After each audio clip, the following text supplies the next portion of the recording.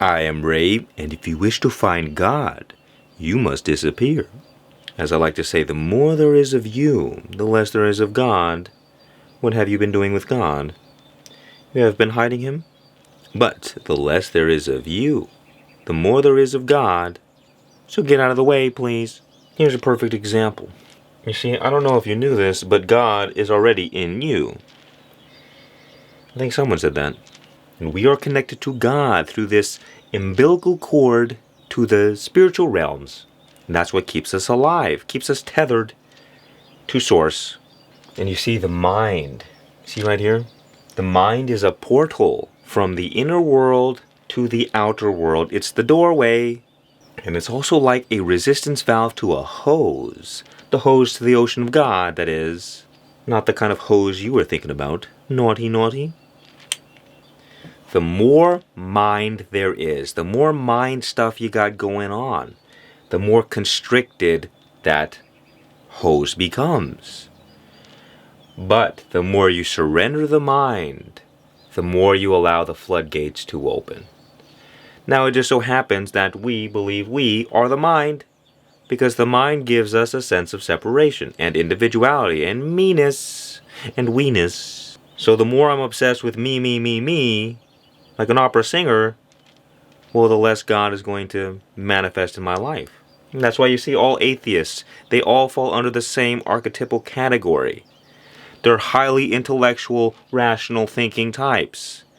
So they think like, oh, I'm so special because I'm so smart and I'm better than everyone else. But really, they're biologically designed not to see evidence of God, because they are the ones biologically most separated. So they don't see evidence, so why would they believe it? Why would you believe in anything you don't have evidence for? Doesn't make any sense. The more you're attached to your mind, the more miserable you will be. I mean, haven't you heard of Satan? What is the whole Satan thing, right? What is the story? Satan was the most beautiful angel, so he got prideful, got too big for his britches. And that separated him from God all the way down to the point of most separation from God as you can get. You can't get any further than the bottom of hell. Why? Because he was so focused on himself, how good he was. Pride, that is why they say, pride is like the cardinal sin. The more prideful you are, the more you suffer. Because you're always thinking about yourself, and you're the most separated from all that is good. And that is why, for example, in Christianity, they preach humility. Because what is humility? It's surrendering yourself to something higher. You surrender the mind, and that separation disappears. And you allow the floodgates to open, and God magically manifests in your life. But that is why anyone who is prideful will not see God. It will not happen. The ego has to be beaten down to smithereens. You see? In order for a little bit of light to shine forth. Imagine if you were a balloon. Do you like balloons? We are all naturally rising toward heaven. But because we have all of this earthly conditioning, all of this mud and dirt caked onto the balloon, we don't.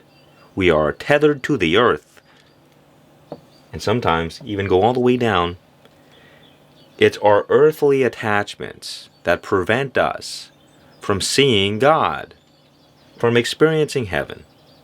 And what happens? The more earthly attachments you have, the lower you go until you find yourself in hell. That is the only reason people experience massive amounts of suffering in this life. It's because they are so attached to their earthly existence, to their sense of self. And in hell, what happens? The fire of suffering burns off those attachments. And there is freedom. Freedom to start rising back up. All of the earthliness that got you stuck down there burns off, but your eternal soul, that is the core of what you are, cannot be burned. It cannot be destroyed. So, in order for that soul to emerge, all the external crust has to be cracked off, burned away, so you can start floating back up. It's like if everyone was a planet. We're all the same one core, the molten nickel and whatever it is there. the gold. But around the core is all kinds of just crust. You have been crusty. And the whole spiritual thing is about removing that crust so that your natural, true self can emerge for once. And the reason this whole thing happens in the first place is because the true nature of reality is unity. And all separation is an illusion, which means that we fundamentally don't exist as separate entities anyway. We just believe we do. Scooby-Doo, where are you? Can you solve us this mystery, please? Dogs are very good at this because they don't care about themselves, they just love you. I mean, they like food and doggy biscuits, but other than that, they just want your love. How do you know that unity is the true nature of reality? It's because everything that exists is made up out of the same stuff. There is not, okay, this is made up out of different stuff, then this, it's all the same fundamental elements, just mixed and matched and put together in different ways. It's all stardust. We all one. And you can even experience this in your life. Like if you have somebody you love, when you're together, you experience love. You experience a little taste of heaven. But then when you're separated from that person, what do you feel? You feel bad. You feel a little bit closer to hell. That is why in prisons, they put you in solitary confinement alone. That's what it's supposed to be. It's supposed to be hell for you. So that you do your time, you learn your lesson, then you can come back in the world. The mind is what gives us that sense of separate self. And so the more we're attached to our mind, the closer we grow to hell. It's all mathematical stuff here. Cause and effect. It's like when people find themselves in depression. Why are you depressed? Well, it's because the version of you that you are currently experiencing is what led you to the depression. So in order for you to be free from the depression, you have to let go of that old self. You have to, if you want to be free from hell, you have to get rid of the one who got you there, not physically, but psychologically. The only reason we experience hell is because we are too attached to our psychological drama of what is happening to us. We're so deeply ingrained in the illusion, so the illusions have to burn off. And what is that illusion? It's believing in this character so much that we don't realize that it's not us, it's just a mask we're wearing. It's like Heath Ledger and the Joker. It's like Heath forgets that he's the Joker and then actually believes that he's the Joker and starts getting all mentally ill and crazy. Forgets that, oh, I'm just an actor. This is not actually real. This is not actually happening. That is everyone. We're all method acting, believing that we are someone we are not. And because we've built the whole foundation of our life on this, well, that's why we feel stuck. The only thing that will keep you stuck in hell is pride and trying to control everything. The more you're attached to your own idea of who you are, the more you will be separated from God. You will not experience evidence of God. And the first step to being free and experiencing a little bit of peace is surrendering and letting go. Stop fighting. Stop resisting. Have you not heard of the police? That is their motto. The police of God have come and say, stop resisting. Stop resisting. And the more you resist, well, the more you're going to suffer. It's about as simple as it gets. Because what you find that in the present moment, there is no suffering, there is no problems. We suffer because we get pulled into our thoughts about what is happening to us. As Eckhart Tolle once said, the primary cause of our unhappiness is not what happens to us. It's about how we react to what happens to us. And you'll see it every time you experience suffering or misery. It's because you're thinking negatively about something. That's the only reason you experience negative emotions. You're either focusing on something negative or you're thinking negative. But most people don't realize they have a never-ending stream of thoughts going on in the background all the time. It's so normal, like a fish in water. They don't even realize what is happening. But God is the ocean. You are the fish. It's like, where's God gonna hide? Really? God's too big. God has to hide in plain sight. God is everywhere. Always. You can never be separated from God. But the only reason we experience separation from God is because we believe in separation, our separate selves. Therefore, you are already in heaven. You're only dreaming that you're not. And for a lot of people, it's a nightmare. But that's what waking up is all about.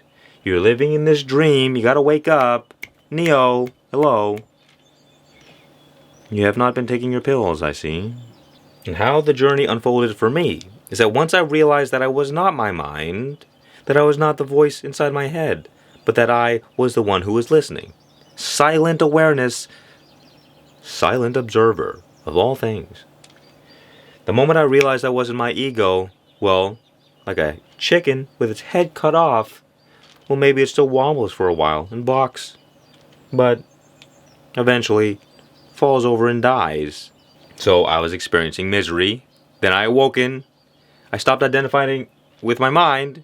And slowly, day by day, month after month, my attachments to this made-up sense of self began dissolving and dissolving and dissolving until it's just not there that much anymore. Then the natural peace that is always there is able to shine forth. You don't need anything to be at peace, but you always need a feminist to take away your peace.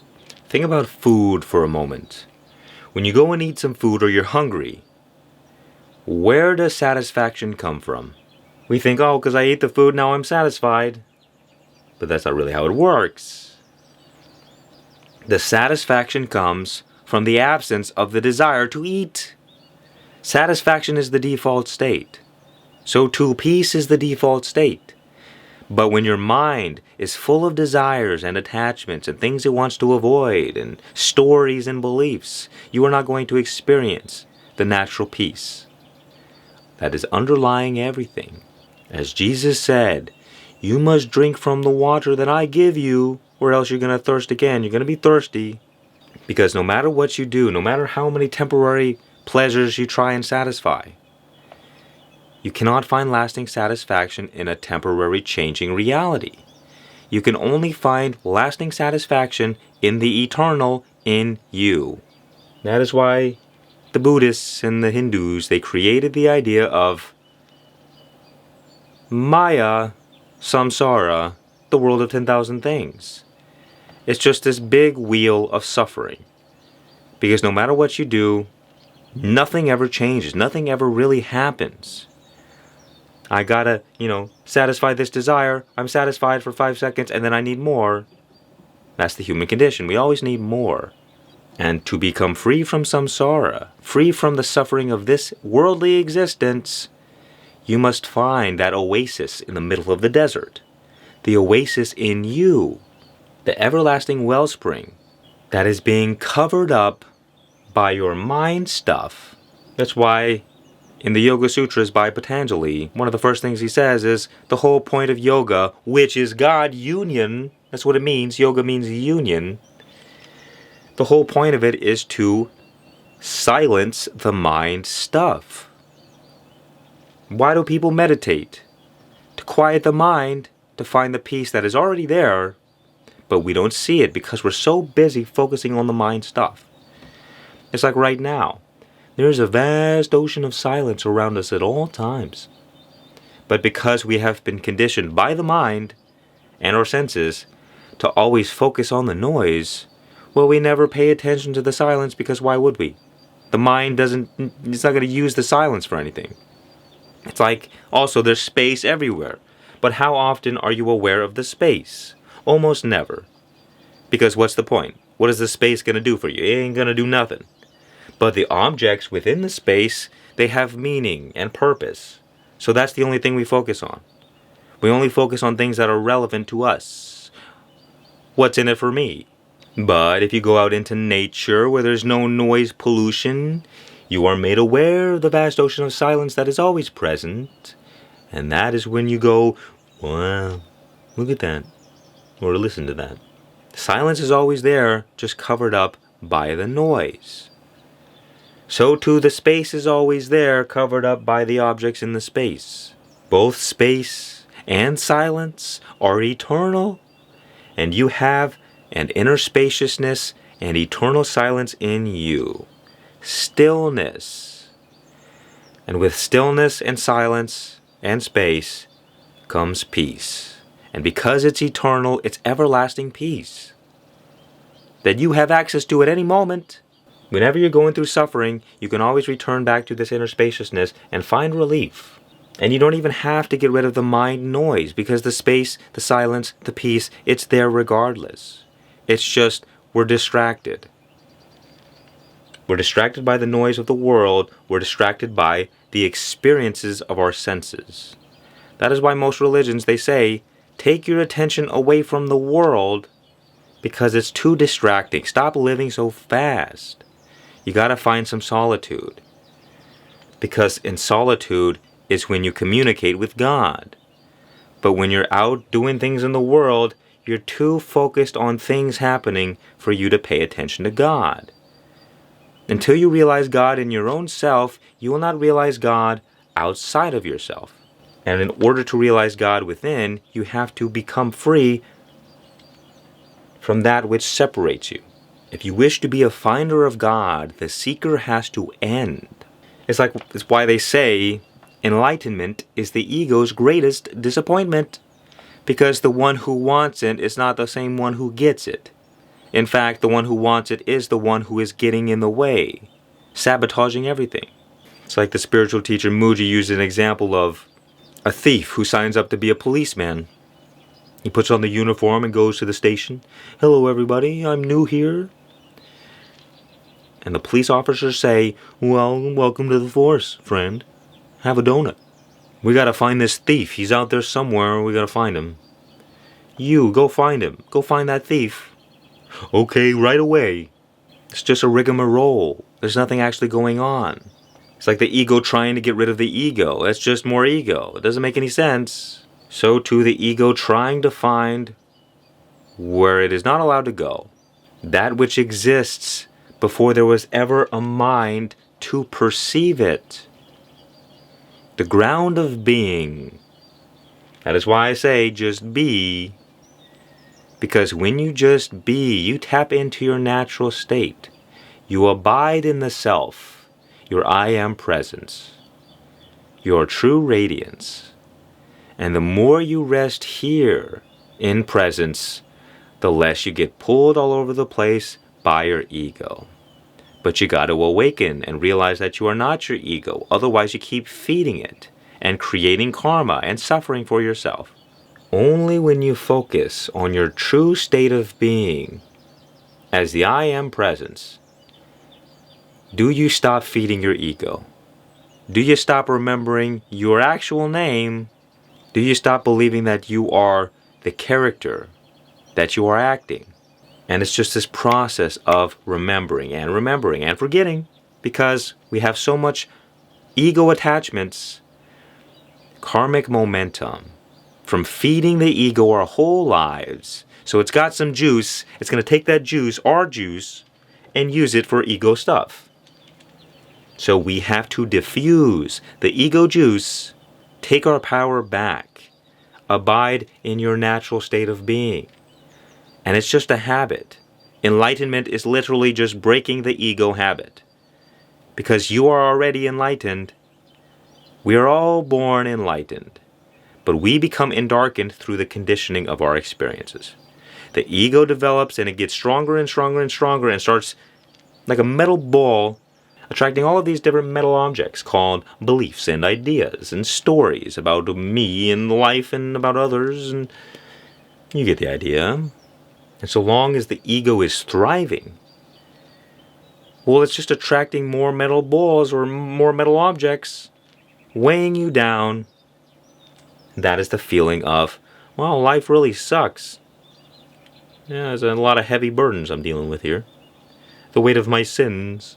But what you seek is already right here. The treasure that marks the spot is already, the X that marks the spot to this treasure is already underneath your feet. You don't need to use your binoculars and look out into the world and say, where's my treasure? It's already, you are the source of what you seek. What you are looking for is already where you are looking from. You are looking for yourself. Your true self, and not the illusion self. Not the little I, the mini me. The big I. The name you were given before you were given a name. I am. Why do you think I call this I am, Ray? Because I am is the first name of all of us. So you have to remember your true name and stop forgetting. Until you stabilize in this state. You return home and you stay here, and maybe you go out for groceries every once in a while. But you're not lost anymore. You're not lost in the world trying to figure it all out, drowning in everything. You found safety and security. Because now God is making God's presence known in your life. And when that happens, well, what is there to fear anymore? Nothing. You realize that life is already taking care of you and has always been taking care of you. But you have been placing unnecessary burdens upon yourself as the mind. Trying to figure it all out on your own, being prideful, trying to control life. Life is already perfect. Life has been doing its job for much longer than you have existed. So what makes you think that you can do a better job than life? We're all like little children who think we know it all, trying to figure it all out by ourselves. Leave home. Well, what are you going to do but struggle? You know nothing. That is why surrender is so important. Not because God is some tyrannical dictator, but because God knows what is good for us, and we do not. So when we try to force reality to be the way we want it to be, it never works out. And there's always struggle along the way. And even when we get what we want, there's baggage and extra problems. And yet, if you just let it go and let God, you could have everything you need in this life and more, without all the baggage, without all the problems, and also effortless success. So, the only thing that's stopping you is the pride. The pride of, I want to figure it out. I want to feel responsible. I want to feel special because I'm special and I'm better than everyone else. I'm smarter than them. These hobos and monkeys. They cannot stand up to me. It's literally all it is. We're just being silly. That's the only thing that's happening. It's not that deep. At any moment, you can change your life completely if you stop getting in the way. I am Ray, and stop settling for a life you don't desire, and join hundreds of others who are ready to transform their life and who refuse to be a slave to mediocrity. Time to awaken, my friend, and be free. Much peace and many blessings. And remember, just be.